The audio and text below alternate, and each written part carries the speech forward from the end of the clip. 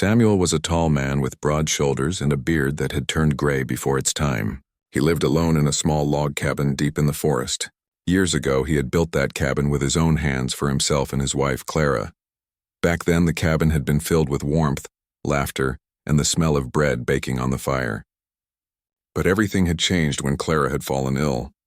She passed away one cold winter night, and since then Samuel's world had become silent. People in the nearby town knew him as the widowed lumberjack. He came down to the settlement once or twice a month, usually to trade firewood or buy supplies. He did not talk much, and most people did not ask him many questions. He was polite but distant. Behind his quiet eyes there was sorrow. He had loved his wife deeply, and when she was gone, it was as if a piece of him had gone with her. The forest had become his only companion. He rose before the sun, boiled coffee in a blackened pot, and then spent long hours chopping trees and stacking wood. The sound of the axe hitting the trunk echoed through the still air. It was hard work, but Samuel preferred the exhaustion of labor to the heaviness of loneliness. At night, he would sit by the fire, staring into the flames, thinking about the life he once had. Sometimes he spoke aloud to Clara, asking if she could see him from heaven, but the cabin gave no reply. Winter had come early that year. Snow lay thick on the ground, and the river near Samuel's cabin had frozen solid. The air was so cold that Samuel's breath turned white as soon as he stepped outside. On one particular morning, he pulled on his heavy coat, strapped his axe across his back, and walked toward the deeper part of the woods to cut more timber. He needed to prepare enough wood to last through the harsh months ahead. The forest was quiet, except for the crunch of his boots on the frozen ground. Birds had already flown south, and even the deer seemed to have vanished into hidden valleys. The tall pines stood like silent guardians, their branches heavy with snow. Samuel knew this land better than anyone. Every tree, every bend of the river, every rocky hill was familiar. It was his world, a world of solitude and silence. That morning, however, something broke the silence. Samuel noticed a faint line in the snow near the riverbank. He bent down to take a closer look. They were footprints half covered by fresh snowfall. The tracks were smaller than a man's boots, and they seemed unsteady, as if whoever had made them had been weak or stumbling. Samuel frowned. He rarely saw people this deep in the woods, especially in winter. Hunters sometimes came, but these prints did not look like they belonged to hunters. For a moment, Samuel thought of ignoring them. His life had taught him to keep to himself. Interfering with strangers could bring trouble. But then something stirred inside him, a quiet voice reminding him of Clara. She had always been kind, always ready to help others. Samuel straightened, pulled his coat tighter against the wind, and decided to follow the trail. The footprints led away from the river and deeper into the thick trees. Snow fell gently as he walked, landing on his beard and shoulders. The deeper he went, the more uneasy he felt. The prints wavered and overlapped, as if several people had been moving together but slowly, almost dragging themselves. His instincts told him that whoever made these tracks was in trouble. After nearly an hour of walking, Samuel came upon a clearing. His heart sank at what he saw. There, lying in the snow, were 3 young women. Their bodies were still, their faces pale, and their clothes thin for such bitter weather. Their dark hair was tangled, and their hands were stiff with cold. Samuel rushed forward, kneeling beside them. He touched one woman's wrist and felt a faint, slow pulse. The other 2 were the same, alive but barely. Samuel's mind raced. They would not survive another hour in this freezing air. Without thinking twice, he slid his arms beneath the first woman and lifted her against his chest. She was light, far too light, as if she had gone days without food. He carried her back to the edge of the clearing, laid her gently on a patch of furs from his hunting sack, and then hurried back for the second. His breath came in sharp bursts, both from the effort and the shock of what he was doing. By the time he carried the third woman, his arms burned with fatigue, but he did not stop. One by one, he laid them together, wrapped them in whatever cloth he had, and thought quickly of what to do. His cabin was not far, but carrying 3 unconscious women through snow would take time and strength. Yet he had no choice. He could not leave them. He pulled 2 along on a makeshift sled of branches, carrying the weakest in his arms. The wind cut against his face, but he pushed forward, step by step, through the heavy snow. His boots sank deep, his legs ached, but he kept thinking of Clara. She would have begged him to save them. She would never forgive him if he walked away. Finally, Samuel reached his cabin. He pushed the door open with his shoulder, carried the women inside, and laid them near the fire. Quickly, he built the flames higher until the cabin glowed with warmth. He fetched blankets, furs, and even his own heavy coat to cover them. Their lips were blue, their bodies trembling even in unconsciousness. Samuel rubbed their hands and feet, trying to bring blood back to their veins. He boiled water, poured it into tin cups, and let the steam fill the room. As the hours passed, Samuel worked tirelessly. He did not know who they were or where they had come from. He only knew they were young, helpless, and close to death. In their features, he recognized them as Apache women, members of the tribe that lived beyond the mountains. Relations between settlers and the Apache were often tense, but Samuel did not care about old divisions. Right now, these were simply human lives, fragile and precious, and they had landed in his care. When night fell, Samuel sat by the fire, watching over them. Their breathing had grown stronger, though they still did not wake. He felt an unusual weight in his chest, not sorrow this time, but something else, responsibility. His cabin, silent for so long, was no longer empty. 3 strangers now lay under his roof, their lives balanced between survival and loss. Samuel whispered a quiet prayer, asking for strength to see them through the night. For the first time in years, he did not feel completely alone. The cabin was filled with the sound of crackling fire. Samuel sat on the wooden chair near the hearth, his eyes fixed on the 3 women who lay wrapped in blankets. Their faces were still pale, and their breathing was shallow, but at least they were alive. He kept adding wood to the fire, even though he knew it was a heavy sacrifice. That wood was meant to last him through the long winter, but he could not think about that now. What mattered was the warmth that might bring life back into their frozen bodies. As the hours dragged on, Samuel moved back and forth, tending to them with the little knowledge he had.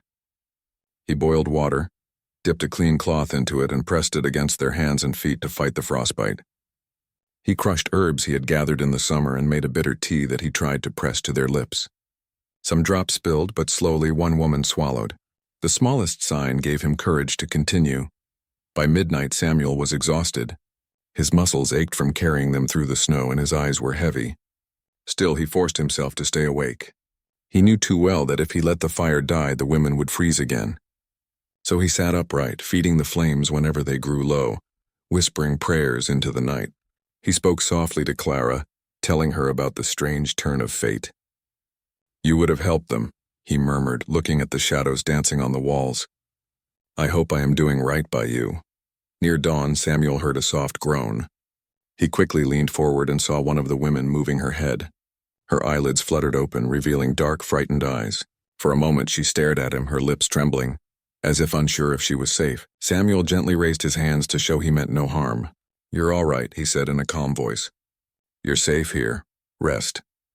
She seemed too weak to answer, but her eyes softened before closing again. That single moment filled Samuel with relief. They were not lost. There was hope. The next day passed in constant work.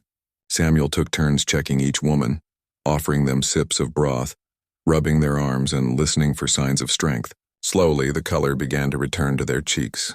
2 of them stirred slightly in their sleep, though they were still too weak to open their eyes for long. Samuel spoke gently whenever he saw movement, assuring them that they were not alone. His voice, deep and rough from years of silence, carried a kindness he had almost forgotten he had. Food was another challenge. His supplies were limited, and now there were 4 mouths to feed instead of 1. He opened his storage chest and counted carefully: a sack of dried beans, some salted meat, a few root vegetables, and flour. It would not last long if he was not careful. But again, he did not allow himself to hesitate. He cooked small portions of stew, thin but warm, and gave it to them spoon by spoon. Hunger could wait for him. What mattered was their recovery. On the second evening, Samuel sat at the edge of the bed where they lay. He studied their faces closely. They were clearly young, perhaps not yet 30.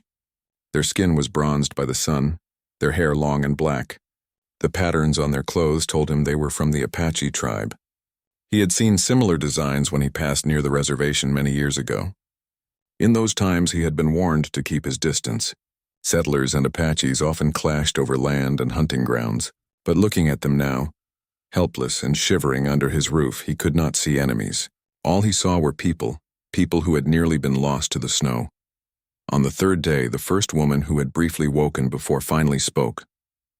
She whispered in a weak voice, asking where she was. Samuel answered softly, telling her that she was safe in his cabin, that he had found her and the others in the snow. She listened, her eyes filled with confusion and gratitude. She tried to thank him, but her lips trembled too much to form the words. Samuel only shook his head. "Don't speak," he said gently. "Save your strength. You're not alone anymore." Slowly, the other two women began to recover as well. One woke in a fit of coughing while the other stirred with a quiet moan. Samuel helped them drink warm tea, steadying their heads with his rough but careful hands. They were all frightened at first, not knowing who he was, but his patient kindness eased their fear. Every moment tested Samuel's strength. The nights were hardest, for he barely slept. The wind howled outside, rattling the windows, but inside the cabin the fire never went out. Samuel would not allow it. He sat close to the hearth, half dozing in his chair, but always waking to check on them. His hands grew cracked from the cold and the work, but he ignored the pain. He thought of Clara often, imagining her standing beside him, guiding his every move. In his heart, he believed she was proud. By the end of the week, the three women were strong enough to sit up. Their voices were soft but steady when they finally spoke more clearly. They told Samuel that they had been separated from their group while traveling through the mountains. A sudden storm had struck and they had lost their way. With little food and no shelter, they had wandered for days until exhaustion had taken them down. Samuel listened quietly, his face serious. He did not press for details. It was enough for him to know the truth of their suffering. Though they were strangers, Samuel felt a bond forming. He found himself watching them with a sense of duty, almost like a guardian. Their gratitude was quiet but sincere. When they managed to smile or whispered a thank you, Samuel felt warmth spread through his chest. For so long, his cabin had been a place of silence and grief. Now the sound of voices and the sight of movement gave it life again. He also realized how much they reminded him of his own loneliness. For years he had spoken to no one for more than a few words. Now, when he asked if they needed more tea or if the fire was too hot, he felt something stir within him, a small taste of what it meant to care again, to be responsible for someone other than himself. One evening, as the snow fell heavily outside, Samuel sat by the fire with the three women resting nearby. He looked at them and realized how strange fate could be. He had set out that morning only to cut wood, yet his life had changed in a way he had never expected. He thought again of Clara, her gentle smile and her endless kindness. If she had been alive, she would have told him he did the right thing. He believed she was whispering it to him even now. As he poured more logs onto the fire, Samuel felt something he had not felt in years. His cabin no longer seemed like a place of mourning. It was now a place of hope, of healing, and of second chances. The three women who had come so close to death were alive because of him. And in saving them, he realized they were also saving him. From silence, from loneliness, and from the frozen sorrow that had gripped his heart for so long. Days turned into a week, and the small cabin that once felt like a tomb now breathed with life. Samuel moved about with steady hands, preparing food, tending to the fire, and checking on the women as though it had become his daily purpose. The three women were no longer pale and helpless. Their cheeks carried a hint of color now, and their eyes opened longer each day. They were weak, yes, but each sunrise seemed to gift them a little more strength. It was not easy for Samuel to manage everything. His food was running low, and he had to be careful with every portion. At times, he gave up his share quietly, letting the women eat while he pretended he was not hungry. His body, hardened from years of chopping wood and working in the cold, could endure the hunger longer than theirs. He boiled beans with bits of salted meat and stretched every scrap of flour to make simple bread. Though the meals were plain, they were warm, and that warmth mattered more than taste. The women, though still too weak to do much, noticed Samuel's sacrifices. They whispered to each other in their language when they thought he was not listening, their eyes often following him with expressions of gratitude. Sometimes one of them would catch his gaze and offer a faint smile. Samuel would nod quietly, his rough face softening in a way it rarely did. When their strength returned enough for them to speak more, Samuel finally learned their names. The eldest among them was Nayeli, her voice calm and steady despite her frailty. The second was Ayana, who often coughed but carried an air of quiet determination. The youngest was Tala, barely more than a girl with wide eyes that reflected both fear and hope. Each of them had a story, though they shared little at first. Samuel did not press. He only listened when they offered.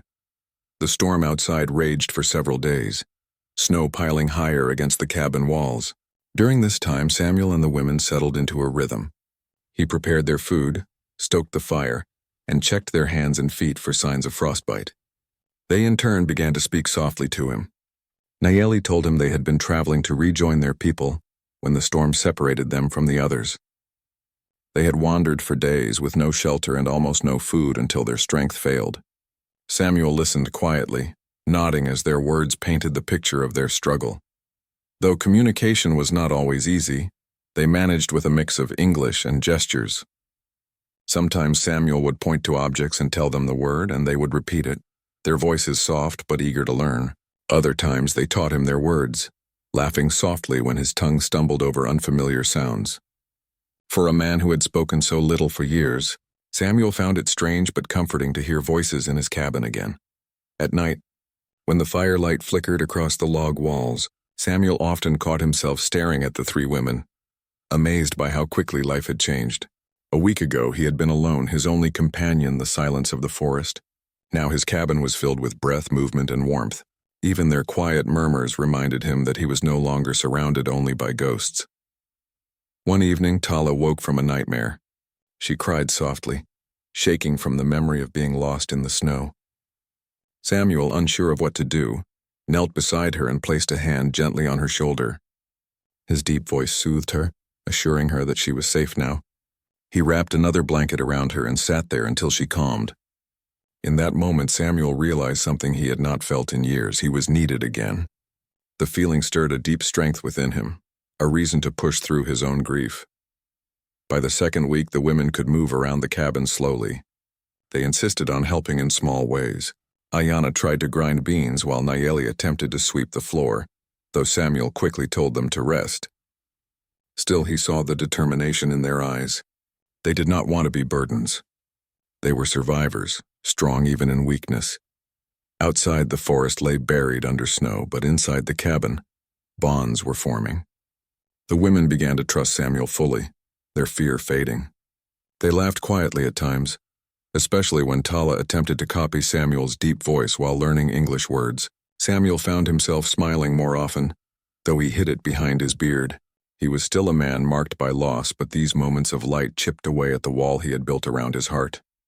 Sometimes, as he chopped wood outside, Samuel would pause and look at the smoke rising from the chimney. It was not just smoke anymore. It was a sign of life inside. His cabin, which had once felt like a place of sorrow, now felt like a shelter of healing. He thought about Clara often during those moments, wondering what she would say if she could see him. In his heart, he knew she would approve. She had always believed in helping others, no matter who they were. The days were not without challenges. Samuel's body grew weary from the extra work, and the snow made it nearly impossible to fetch more supplies. Sometimes he worried about what would happen if the storm lasted longer. Yet every time he looked at the three women, he knew he had made the right choice. He could never have walked away from them that day in the woods. As the women regained their strength, they shared more of their story. Nayeli explained that they had been part of a larger group traveling through the mountains. The sudden storm had separated them, leaving them stranded. They had tried to find their way but grew weaker with each passing day. Their gratitude toward Samuel was clear in every word, every glance. They knew they owed their lives to him. On a quiet evening, as the fire burned low, Nayeli spoke to Samuel in halting English. "You save us," she said softly, her eyes steady on his. "You give us life again." Samuel, uncomfortable with praise, shook his head. "Anyone would have done the same," he replied. But in his heart, he knew not everyone would have. His choice to follow those footprints had changed everything, for them and for himself. The bond between them grew stronger each day. They were no longer strangers lying unconscious in the snow. They were people Samuel cared about, people he protected, and in return, their presence gave him something he had not known he needed, a reminder that life could still hold meaning, even after loss. As winter pressed on, Samuel realized that his life had taken a turn he had never expected. The lonely, widowed lumberjack, once trapped in silence, now found himself surrounded by voices, gratitude, and trust. He had saved 3 lives, but in many ways those lives were saving him too. The heavy snow finally began to ease. After weeks of storms, the forest looked quiet and white, a world wrapped in silence.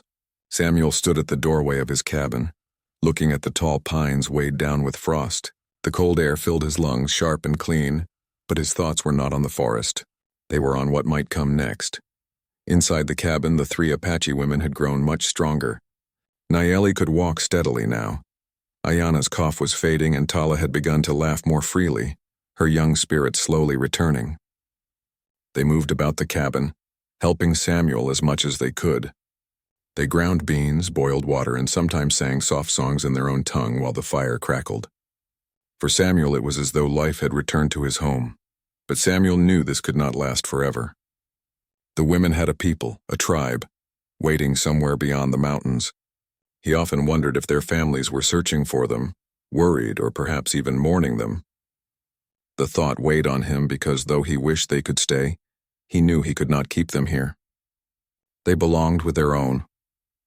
One morning, Samuel was chopping wood when he noticed movement at the edge of the trees. He lifted his axe, cautious, his eyes narrowing. A group of riders was moving slowly through the snow, their horses tired but steady. As they came closer, Samuel saw that they were Apache men wrapped in thick furs, bows strapped to their backs. His heart tightened. The tribe had come. Samuel wiped his brow and waited, his breath rising in white clouds. The men stopped a few yards away, their dark eyes studying him with suspicion. There was no anger yet, but there was caution in every look.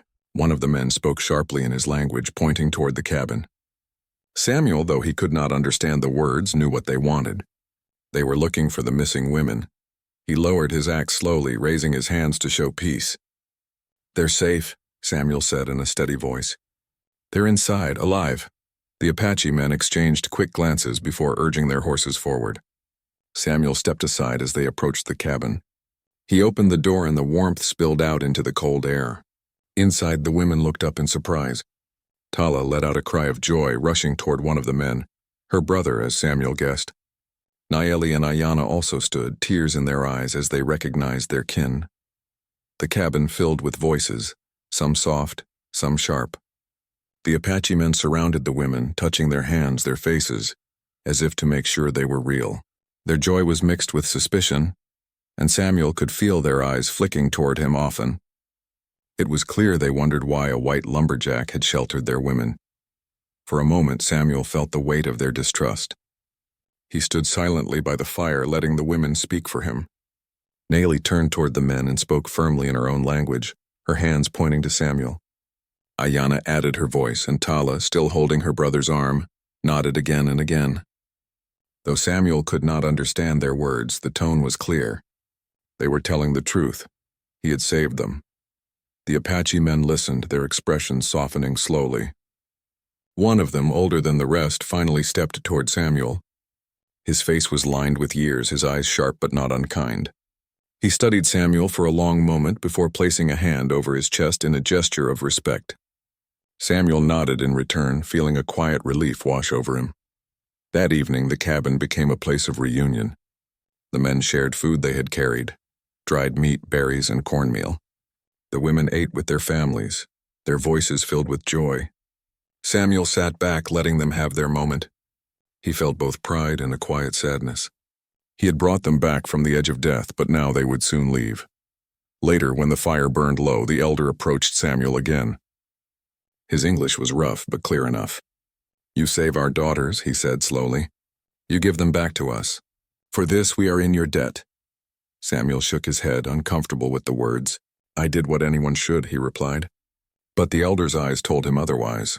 Not everyone would have done what Samuel had done. Many would have turned away, or worse. Samuel had chosen compassion, and that choice had changed everything. The next morning, the Apache prepared to leave. The women embraced Samuel before stepping outside. Tala's eyes were wet with tears as she whispered, "Thank you." Ayana pressed his hand gently, her gaze filled with unspoken gratitude. Nayeli, strong and steady, looked into his eyes and said, "You are our brother now." The words, though simple, struck deep in Samuel's heart. As they mounted their horses, Samuel stood at the doorway watching. The snow sparkled under the pale sun and the air was still. The group rode off slowly, their figures growing smaller as they disappeared among the trees. Samuel's cabin grew quiet again, the silence returning like an old friend. Yet it did not feel the same. The silence was no longer heavy with grief. It was filled with memory of voices, laughter, and life. Samuel returned to the fire, sat down, and let out a long breath. He felt alone, yes, but not empty. Something inside him had shifted. Days passed, and Samuel went back to his work, chopping wood, hunting, and tending to his cabin. But he noticed small changes in himself. When he looked at the forest, he no longer saw only endless trees and snow. He saw the path that had led him to the women, the clearing where he had found them, the footprints that had called him forward. He realized that his life had meaning again, not just in survival but in compassion. Then one afternoon, smoke rose in the distance. Samuel frowned, stepping outside to watch. It was not a forest fire but a signal. Hours later, a group of Apache returned, this time not in suspicion but in peace. They brought gifts of food, leather, and even a warm fur cloak.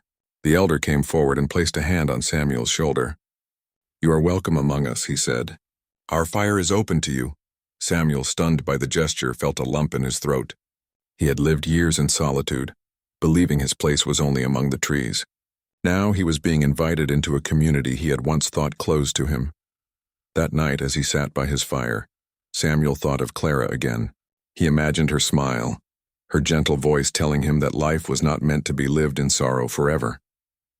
He had followed his heart, and in doing so, he had not only saved 3 lives but found a bridge to people he never expected to call friends. The forest outside whispered in the wind, but Samuel no longer heard only emptiness. He heard promise. His cabin, once a place of grief, had become a place of hope. And though the days ahead were uncertain, he knew this winter had given him something he thought he had lost forever, a chance to live again, with purpose and with peace. Winter slowly loosened its grip on the valley. The snow that had covered the earth for months began to melt, and streams of water trickled down from the mountains. The tall pines, once heavy with frost, lifted their branches to the softer winds of spring. Birds returned, their songs filling the air once more. Samuel, standing outside his cabin, felt the warmth of the sun on his face. It was the first time in years that the change of seasons felt like a blessing, rather than just another passage of time. The memory of the 3 women remained fresh in his heart. Every corner of the cabin reminded him of them. He remembered Tala's quiet laughter as she tried to mimic his deep voice, Ayana's determined smile as she forced herself to walk again, and Nayeli's calm strength as she thanked him with her steady eyes. Though they had left weeks ago, their presence lingered like a soft echo in his home. The cabin no longer felt like a place of sorrow. It felt like a place touched by life. Samuel returned to his routine, chopping wood, repairing his tools, and preparing for the work of spring. Yet something was different inside him. He no longer moved like a man dragging himself through endless days. There was lightness in his step, purpose in his labor. He felt connected, not only to the forest but also to people again. One afternoon, while he was stacking logs near the side of the cabin, Samuel heard the distant sound of horses. At first, he thought it was just hunters passing through, but as the sound grew closer, he looked up and saw a group approaching. His heart quickened when he recognized them. It was the Apache tribe. At the front rode the same elder who had spoken to him before, and among the riders he saw Nayeli, Ayana, and Tala. Samuel set down his axe and stepped forward, unsure of what to expect. The riders slowed as they reached his cabin. The women dismounted quickly, their faces glowing with warmth and gratitude. Tala ran toward him with a bright smile, her eyes shining. "We come to see you," she said in her broken but eager English. Nayeli and Ayana followed, their expressions calm and kind. The elder approached and placed a hand on Samuel's shoulder. "You are our friend," he said slowly.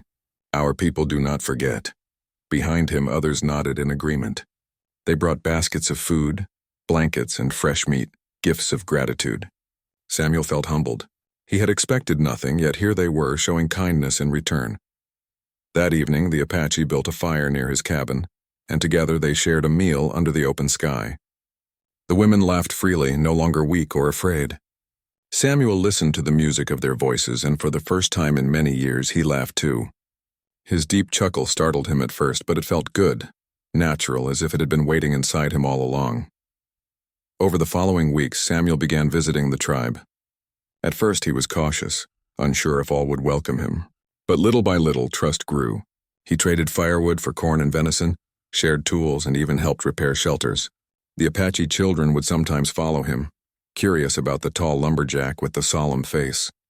He taught them how to use an axe safely, how to split logs with steady hands. In return, they taught him words in their language, laughing when he mispronounced them. Nayeli often spoke with him during those visits. Her calm wisdom reminded him of Clara in some ways.